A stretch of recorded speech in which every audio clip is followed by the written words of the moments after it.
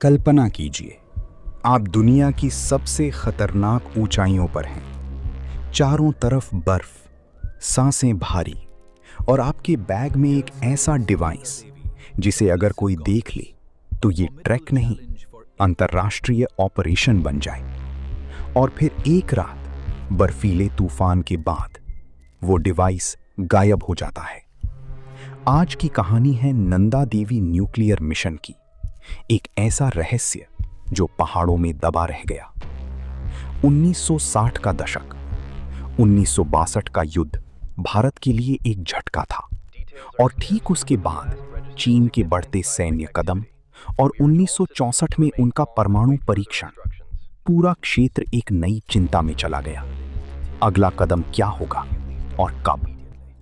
इसी सवाल के बीच कुछ एजेंसियों ने एक असाधारण उपाय सोचा, सूचना पाने के लिए पहाड़ों पर सेंसर। रिपोर्ट्स के अनुसार उस दौर में भारतीय खुफिया तंत्र और अमेरिकी एजेंसियों के बीच एक गुप्त सहयोग की बातें सामने आती हैं। योजना का लक्ष्य हिमालय की ऊंचाइयों से चीन की गतिविधियों पर नजर रखने वाला एक सेंसिंग डिवाइस लगाना। और इस डिवाइस की सबसे चौंकाने वाली बात, इसे लंबे समय तक चलाने के लिए एक रेडियो आइसोटोप पावर सोर्स यानी प्लूटोनियम आधारित ऊर्जा जैसी तकनीक की चर्चा होती है। मतलब ये सिर्फ गैजेट नहीं था, ये एक ऐसा उपकरण था जिसकी जिम्मेदारी भारी थी। नंदा देवी उत्तराखंड की सबसे प्रतिष्ठित, सबसे रहस्यमयी चोटियों में से एक। इसे चुनने की वजह सिर्फ ऊंचाई नहीं थी, इसका लोकेशन और लाइन ऑफ साइट जैसी रणनीतिक बातें भी बताई जाती हैं। लेकिन जो बात कागज पर आसान लगती है वो पहाड़ पर जान बन जाती है। यहाँ मौसम मिनटों में पलटता है और गलती की सजा सीधे नीचे गिरती है। एक टीम तैयार होती है, पहाड़ी अनुभव वाले लोग, क्लाइंबर्स, सहायक, कंधों पर भारी बैग जिनमें खाने पीने से ज्यादा वजन उस डिवाइस का था। ऊपर बढ़ते कदमों के साथ एक डर लगातार चलता है, अगर तूफान आया तो सिर्फ मिशन नहीं टूटेगा, किसी की जिंदगी भी टूट सकती है। और फिर मौसम ने वही किया जो हिमालय अक्सर करता है, उसने कंट्रोल अपने हाथ में ले लिया। रिपोर्ट्स के मुताबिक खराब मौसम और हिमस्खलन जैसे खतरों के बीच टीम को पीछे हटना पड़ा। और अब सामने सबसे मुश्किल फैसला था, इतनी भारी और संवेदनशील उपकरण का क्या किया जाए। कहा जाता है उसे एक सुरक्षित जगह पर बर्फ या चट्टानों के बीच स्टोर किया गया ताकि लौटकर उसे फिर ऊपर ले जाया जा सके। लेकिन पहाड़ स्टोरेज नहीं समझता, पहाड़ सिर्फ मौसम समझता है।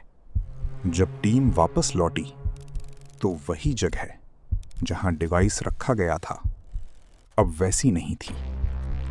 बर्फ खिसक चुकी थी, रास्ते बदल चुके थे, निशान मिट चुके थे। और फिर वो लाइन जो इस कहानी को मिशन से मिस्ट्री बनाती है। डिवाइस नहीं मिला। यहीं से डर का दूसरा रूप शुरू होता है। सिर्फ मिशन फेल होने का नहीं, बल्कि इस चिंता का कि अगर डिवाइस बर्फ के नीचे कहीं दब गया तो क्या पर्यावरण को खतरा हो सकता है। इसके बाद कई सालों तक इस घटना पर रिपोर्ट्स, चर्चाएं और खोज के प्रयासों की बातें सामने आती रहीं। कुछ विवरणों में बाद की एक्सपीडिशंस का जिक्र मिलता है, कहीं खोज, कहीं दूसरा विकल्प। कहा जाता है कि बाद में एक अलग पहाड़ लोकेशन पर सेंसर लगाने की कोशिश सफल भी हुई। लेकिन नंदा देवी वाला खोया उपकरण एक अलग ही परछाई बनकर रह गया, क्योंकि एक खोया डिवाइस सिर्फ चीज नहीं होता, वो सवाल बन जाता है, क्या वो आज भी वहीं है? नंदा देवी का इलाका सिर्फ रणनीति नहीं, ये नदियों, ग्लेशियरों और लोगों की जिंदगी का स्रोत है। इसीलिए समय समय पर यह सवाल उठता रहा कि अगर कोई रेडियो आइसोटोप पावर सोर्स बर्फ में दबा हो तो लंबे समय में उसका क्या असर हो सकता है। कुछ लोग इसे बढ़ा चढ़ाकर बताते हैं, कुछ इसे सीमित जोखिम मानते हैं। लेकिन सच ये है, जब चीज दिखाई नहीं देती, डर बढ़ जाता है। नंदा देवी न्यूक्लियर मिशन हमें एक बात सिखाता है, तकनीक कितनी भी बड़ी हो, हिमालय के सामने वो छोटी पड़ सकती है। एक गुप्त मिशन, एक बर्फीली रात, और फिर एक डिवाइस जो इतिहास के रिकॉर्ड में लॉस्ट है, पर लोगों की याद में अब भी जिंदा।